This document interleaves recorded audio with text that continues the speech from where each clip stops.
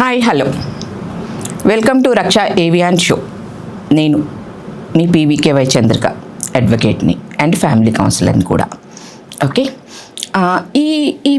ఈరోజు మనం మాట్లాడుకునే టాపిక్ ఏంటి అంటే బ్యాంక్ రూల్స్కి రిలేటెడ్గా.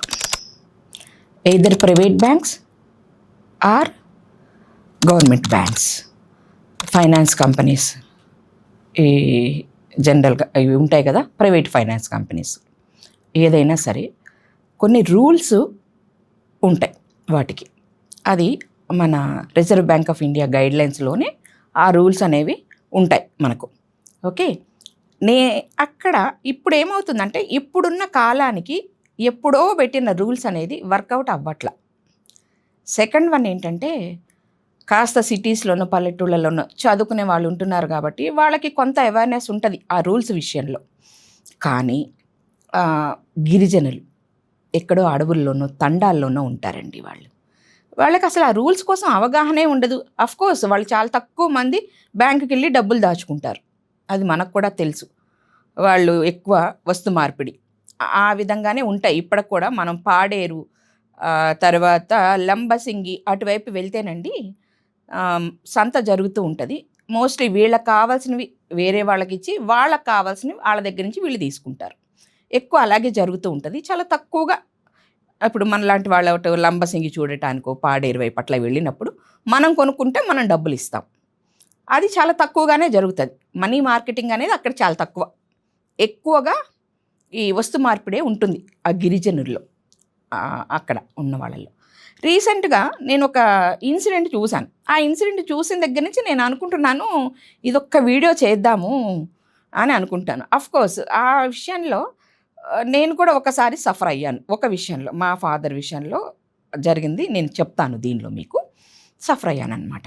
అలా ఓకే, ఇది చూస్తే ఇంకా బాధేసింది నాకు.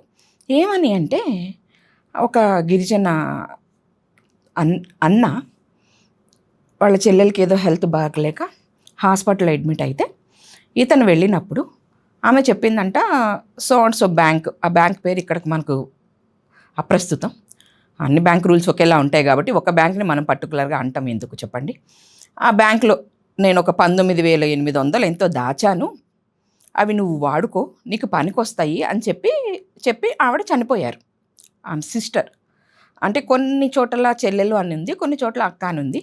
ఎవరైనా సరే సిస్టర్ తోబుట్టినవాడికి ఇవ్వాలి అని అనుకుంది ఆమె. తర్వాత డబ్బులు ఆవిడకి ఎవరు లేరు, పిల్లలు భర్త ఎవరు లేరు, ఇతనికి కూడా ఎవరూ లేరు, వాళ్ళిద్దరే ఉంటూ ఉన్నారు.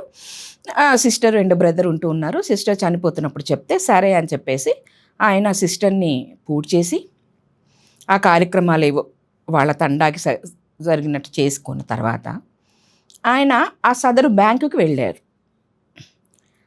ఆ పిక్ చూశాను నేను. అతనికి పాపం ఒంటి మీద షర్ట్ కూడా లేదండి. వెళ్ళారు, వెళ్ళి ఇట్లా ఉంది, మా సిస్టర్ది అకౌంట్ ఉంది, దానిలో ఇట్లా డబ్బులు ఉన్నాయి, ఆ డబ్బులు నాకు ఇవ్వండి సారు అని చెప్పి అడిగాడు. అడిగితే మరణ ధృవీకరణ పత్రం, తర్వాత నీ చెల్లెలే అనేదానికి ప్రూఫ్, ఇవన్నీ తీసుకొని వస్తే నీకు ఆ 19,000 ఇస్తాము, అది 800 ఏదో ఉంది కదా, 19,800 అవి ఇస్తాము అని ఆ బ్యాంక్ ఆఫీసర్స్ చెప్పారు.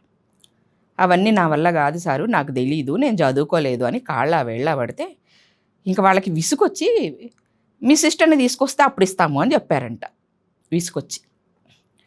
విసుక్కుంటే ఏమవుతుంది చెప్పండి. ఇంకా అతని వల్ల కాక ఏం చేశాడంటే ఊళ్ళోకి వెళ్ళి ఆ సమాధిని తవ్వి ఒక నెలన్నర క్రితం చనిపోయిన వాళ్ళ సిస్టర్ని భుజానేసుకొని బ్యాంకుకి తీసుకొని వెళ్ళాడు. హడలిపోయారు అందరూ.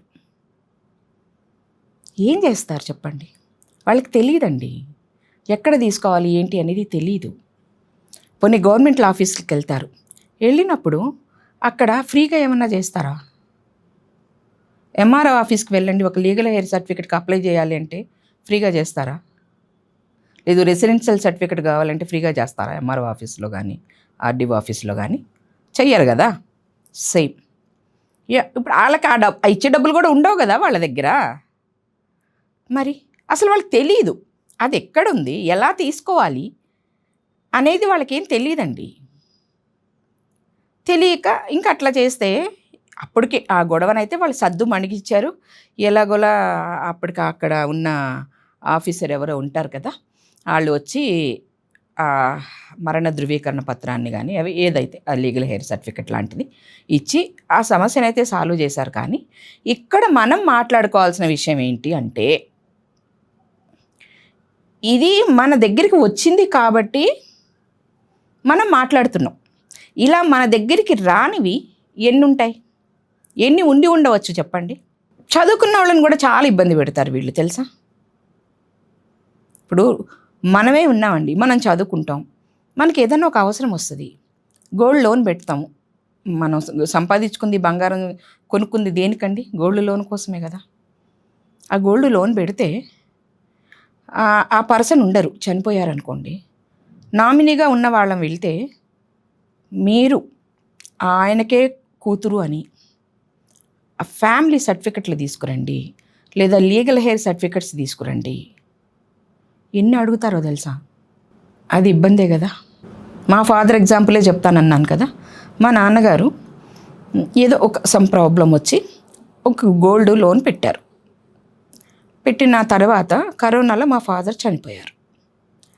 First corona, second corona, August 2020లో మా ఫాదర్ చనిపోయారు. చనిపోయిన తర్వాత ఆ గోల్డ్ లోన్కి రిలేటెడ్గా మేము ఫోన్ చేసి అడిగాము. అప్పుడు కరోనా టైం, అసలు బయటికి వెళ్ళేదానికి లేదు. నేను క్లియర్గా చెప్పాను, నామినీగా నా పేరే ఉంటుందండి, నేను వచ్చి మీకు ఆధార్ కార్డులో కూడా నాకు మా ఫాదర్ పేరే ఉంటుంది, నా సర్టిఫికెట్స్లో మా ఫాదర్ పేరే ఉంటుంది, అవన్నీ ఉన్నాయి. ఇప్పుడు నేను ఆర్డీఓ ఆఫీస్కో లేదా కోర్టుకో వెళ్ళి ఈ లీగల్ హెయిర్ సర్టిఫికెట్ తీసుకొచ్చుకోవడానికి కుదరదు, ఆ సిచ్యువేషన్ అది కాదు. కాబట్టి నేను లోన్ అమౌంట్ కడతాను, నేను దాన్ని తీసుకుంటాను అని అంటే వాళ్ళు నో అన్నారు, క్లియర్గా నో అనేసారు. మీరు ఆ సర్టిఫికెట్స్ తీసుకురండి, అప్పుడే ఇస్తాము అన్నారు. కరోనా కదా, బయటికి వెళ్ళేదానికి అవ్వదండి అని అంటే కూడా దే వోంట్ లిసన్. తర్వాత ఆ వడ్డీలు అలా కట్టుకుంటూ ఏంటి, నా దగ్గర రిలీజ్ చేసుకునే అమౌంట్ ఉంచుకొని కూడా వడ్డీలు కట్టుకుంటూ తర్వాత కోర్టులన్నీ రెగ్యులర్గా వర్క్ చేసిన తర్వాత నేను ఆ లీగల్ హెయిర్ సర్టిఫికెట్ తీసుకొచ్చుకొని సబ్మిట్ చేసుకున్నా. చదువుకున్న వాళ్ళ పరిస్థితే ఇలా ఉంటే అక్షరం ముక్క రాని వాళ్ళ పరిస్థితి ఎలా ఉంటుంది? వాళ్ళకి అసలు ఇవన్నీ తెలుస్తాయా? వాళ్ళు ఎక్కడికి వెళ్తారు? అసలు ఈ రూల్స్ అన్నీ ఇప్పుడవా, ఎప్పటివో. అన్నిట్లో మార్పులు వస్తున్నాయి కదా. ఒకప్పుడు డబ్బులతోనే జరిగేవి అన్ని పనులు, మరి ఇప్పుడు డిజిటల్ అయింది కదా. అలాగే ఇవి ఎందుకు మారట్లేదు? ఏవైతే ఇవి ఉన్నాయో, ఈ బ్యాంక్ రూల్స్ ఉన్నాయో, అవి ఎందుకు మారట్లేదు? నామినీ అనేది మీరు ఎందుకు పెడుతున్నారు? ఈ రూల్స్ మార్చాల్సిన అవసరం ఇప్పుడు ఉంది ఖచ్చితంగా. ఈ విషయంగానే అందరూ ఆలోచించాలి అని నేను అనుకుంటున్నాను. ఈ పాత రూల్స్ ఇప్పుడు మనము ఈవెన్దో దీనిలో కూడా తీసేస్తున్నాం. ఏంటంటే చట్టాలను కూడా మార్చాం మనం. బ్రిటిష్ లాస్ అన్నీ తీసేసి ఇప్పుడు మనకు అనుకూలంగా భారతీయ న్యాయ సంహిత అని ఇలాంటివి మార్చుకుంటూ వచ్చాం కదా. అన్నీ మనకు అనుకూలంగా మార్చుకుంటూ వస్తున్నాం కదా. మరి అలాంటప్పుడు ఈ ఆర్బీఐ రూల్స్ మాత్రం మనకు అనుకూలంగా ప్రజలకు సౌకర్యవంతంగా ఉండటానికి ఎందుకు మార్పు చెయ్యట్లేదు? దీనికోసం జనాలు ఎందుకు క్వశ్చన్ చేయట్లేదు? ఇలా చాలా ఉన్నాయండి. మనం మాట్లాడుకుంటే రోజుకొక టాపిక్ వస్తుంది. మనం మార్చుకుంటూ మన డెవలప్మెంట్, మనం డెవలప్ చేసుకోవటానికి గవర్నమెంట్ చేయాల్సిన పనులు చాలా ఉన్నాయి. వాటి కోసం ఎవ్వరూ క్వశ్చన్ చెయ్యము, ఎవరు మాట్లాడరు కూడా అండి. చాలామందికి అవగాహనే ఉండదు. ఒక చిన్న ఎగ్జాంపుల్ చెప్పనా?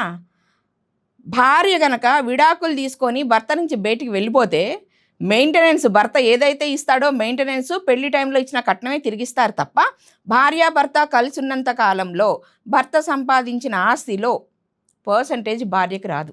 ఈమె ఇంట్లో ఉండి పిల్లల్ని చూసుకుంటూ అంతా చేస్తే అతను సుఖంగా బయటికి వెళ్ళి ఉద్యోగం చేసి సంపాదించి ఆస్తి కొంటే ఆ ఆస్తిలో భార్యకి వాటా రాదు, బ్రతికి ఉండి డైవర్స్ తీసుకుంటే.